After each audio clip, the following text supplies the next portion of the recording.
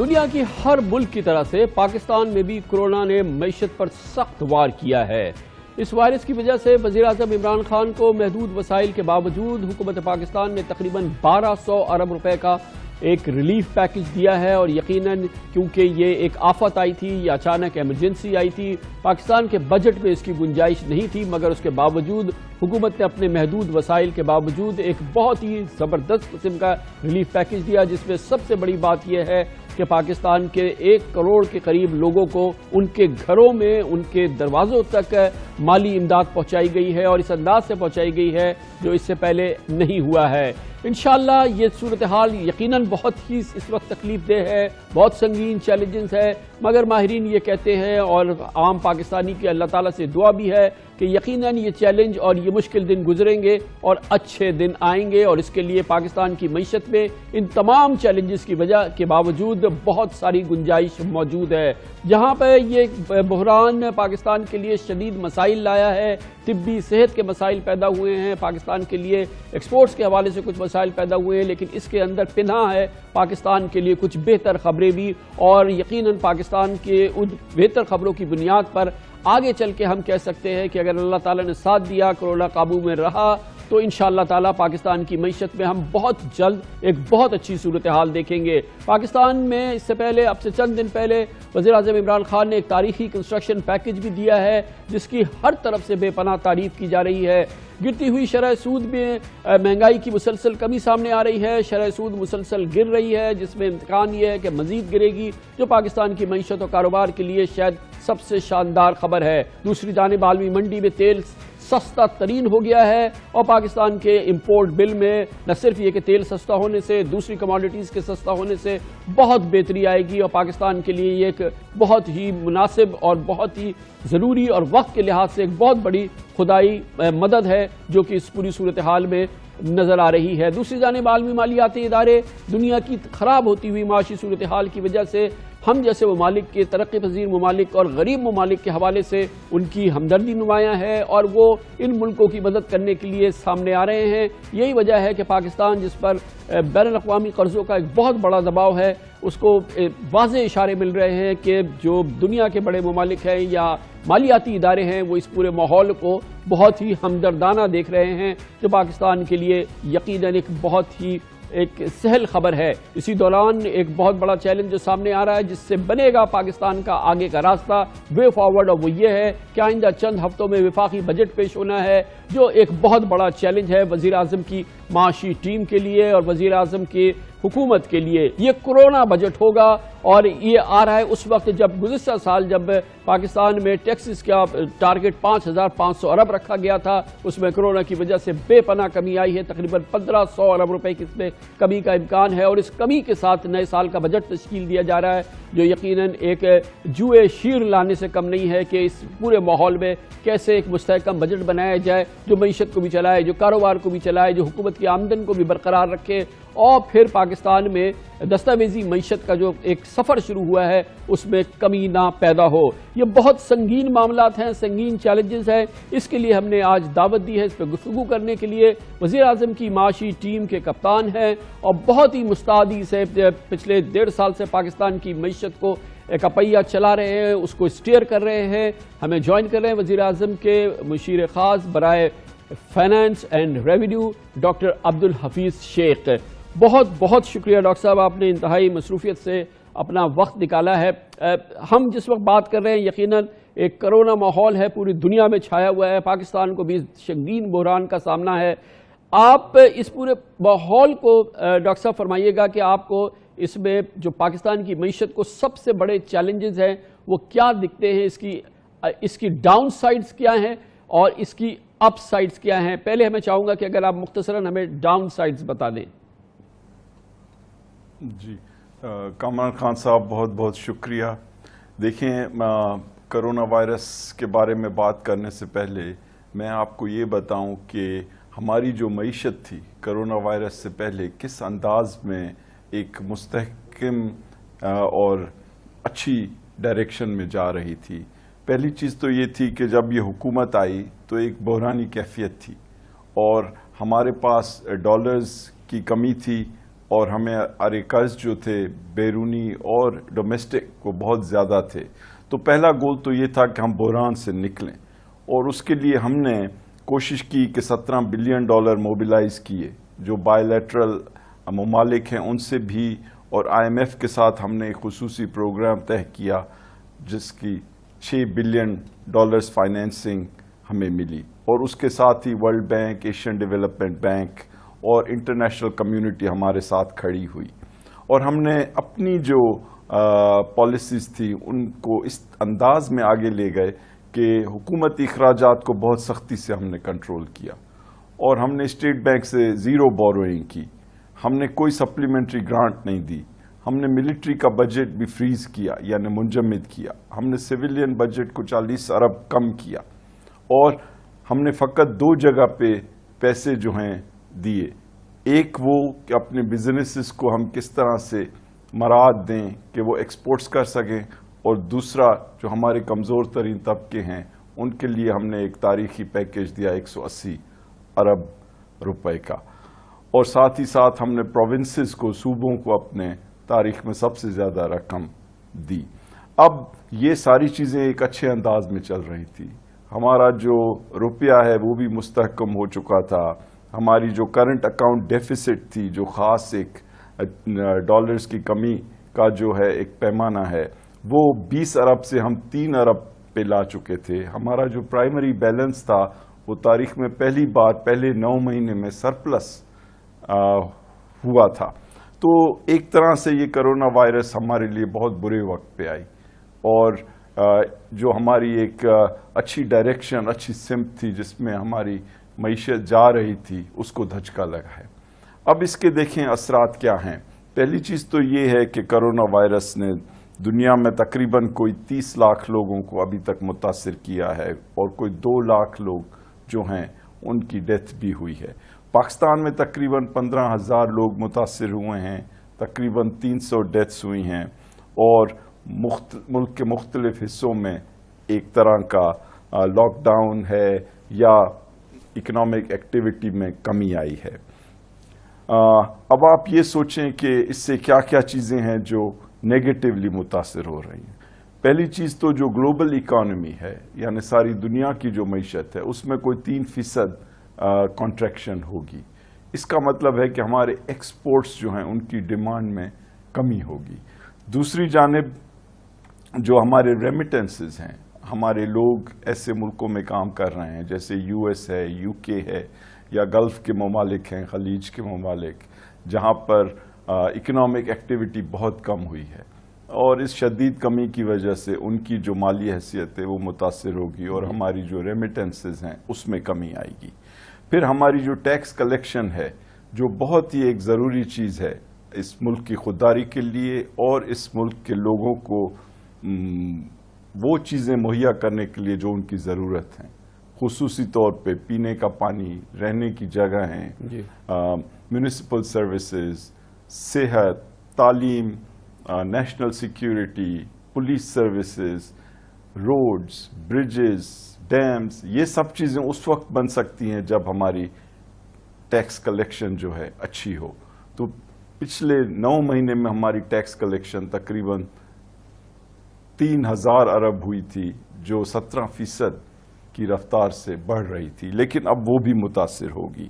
پھر ایکسپورٹس, جس کو بڑھانے کے لیے ہم نے بہت مراعات دی تھی اپنے بزنس کو, اور 5 سال میں وہ نہیں بڑھی تھی ایکسپورٹس, لیکن اب وہ بڑھنا شروع ہوئی تھی, اور ان کو بھی ایک طرح سے یہ نیگیٹیولی متاثر ہوگا. تو جو اس وقت اندازہ لگایا جا رہا ہے مختلف ایسٹیمیٹ سے, تو ہم یہ سمجھتے ہیں کہ ہماری اکانومی, جو ٹوٹل اکانومی ہے جس کو GDP بھی کہا جاتا ہے, وہ 3% بڑھنے جا رہی تھی, لیکن اب اندازہ یہ ہے کہ یہ 1 سے 1.5% کانٹریکٹ ہوگی بڑھنے کے. تو اس کی وجہ سے یقیناً جو آپ نے یہ تصویر دکھائی ہے, یہ اس میں کوئی شک نہیں ہے, بہت ہی سخت ترین چیلنجز ہیں. مگر عجب ماحول ہے دنیا کے, ہم ان چند ملکوں میں شامل ہیں جو اس کرونا کے کچھ پازیٹیو مثبت اثرات بھی دیکھ سکتے ہیں, اور ہم پتہ نہیں, اللہ تعالیٰ کا یقیناً کرم ہے کہ ہم جہاں پہ یہ سنگین ترین چیلنجز جو آپ نے سامنے رکھے ہیں وہ ہمارے سامنے ہیں, لیکن ہمارے پاس کچھ اپ سائڈ بھی نظر آ رہی ہے اللہ کے فضل سے. آپ اس سے اگری کریں گے؟ اور وہ کیا کیا ہے آپ کے نزدیک؟ جی پہلے میں اپ سائڈ کے بارے میں کچھ رسپانس دوں گا، پھر اس کے بعد میں تفصیل سے بتاؤں گا کہ یہ جو کرائسس ہے اور اس کے جو ڈاؤن سائڈ اثرات ہیں اس سے نپٹنے کے لیے اور اپ سائڈ اثرات کو کیپچر کرنے کے لیے ہم کیا کرنے جا رہے ہیں. تو جو اپ سائڈ ہے، دیکھیں پہلی چیز تو یہ ہے کہ پوری دنیا میں تاریخی طور پر تیل اور انرجی کی قیمتوں میں کمی آئی ہے، اور ہم نے پچھلے مہینے بھی پیٹرول اور ڈیزل کی قیمتوں میں 15 روپے جو ہے کمی کی، اور انشاءاللہ اس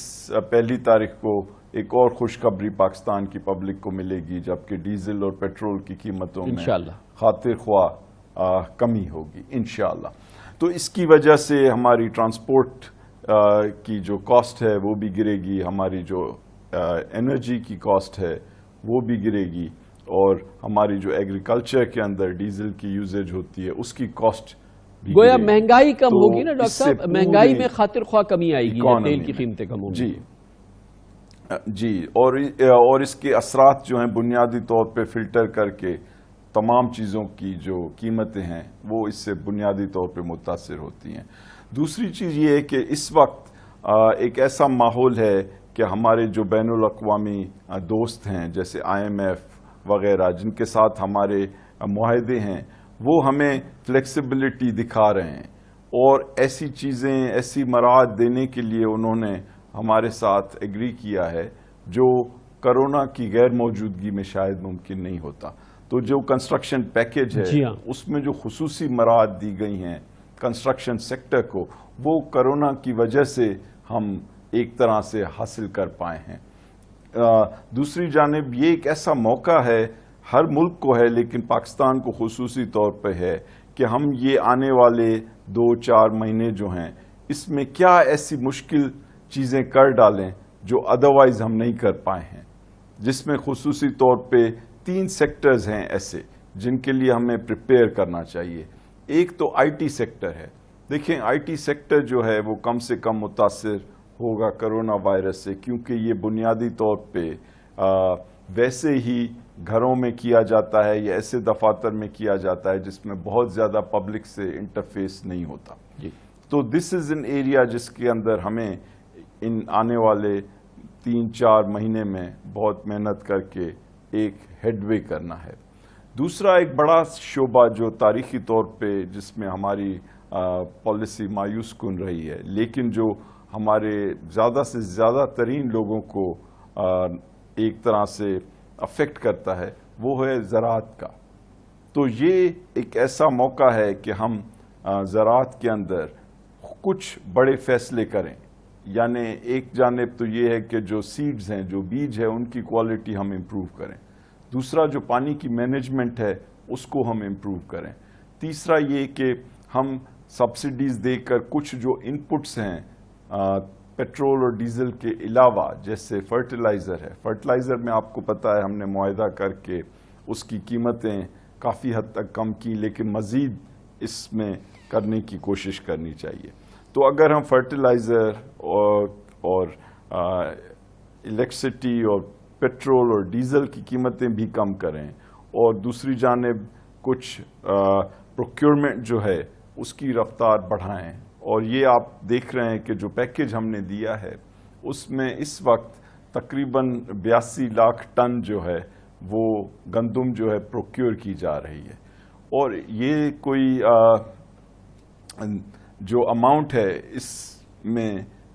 کوئی 280 ارب روپے جو ہے پاکستان کے جو فارمرز ہیں، جو کسان ہیں اور جو درمیانے ایگریکلچرسٹ ہیں، ان کو ملے گا. اور آپ کو پتا ہے جب یہ 280 بلین ان کے پاس جائیں گے تو اس سے مزید چیزوں کی ڈیمانڈ میں اضافہ ہوگا، جس میں ٹریکٹر ہوں گے، موٹر سائیکلز ہوں گی، الیکٹرسٹی کی دوسری چیزیں ہوں گی، کھانے پینے کی چیزیں ہوں گی.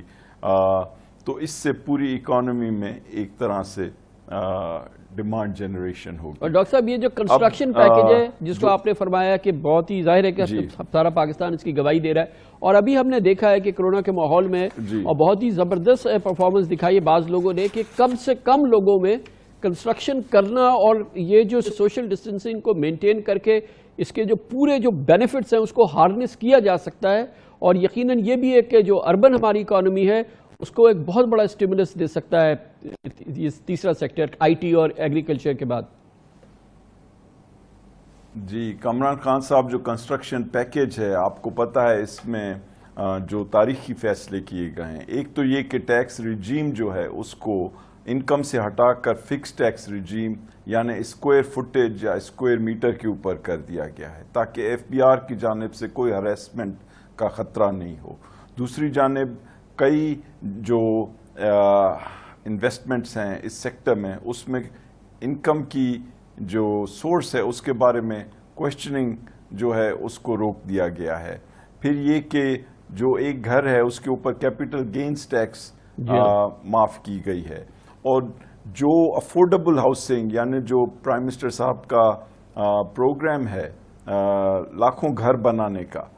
کمزور طبقوں کے لیے، اس کے اوپر تو ٹیکس جو کم کی گئی ہے اس میں بھی 90% چھوٹ دے دی گئی ہے۔ سو یہ بہت بڑے فیصلے ہیں، اور کنسٹرکشن جس طرح آپ جانتے ہیں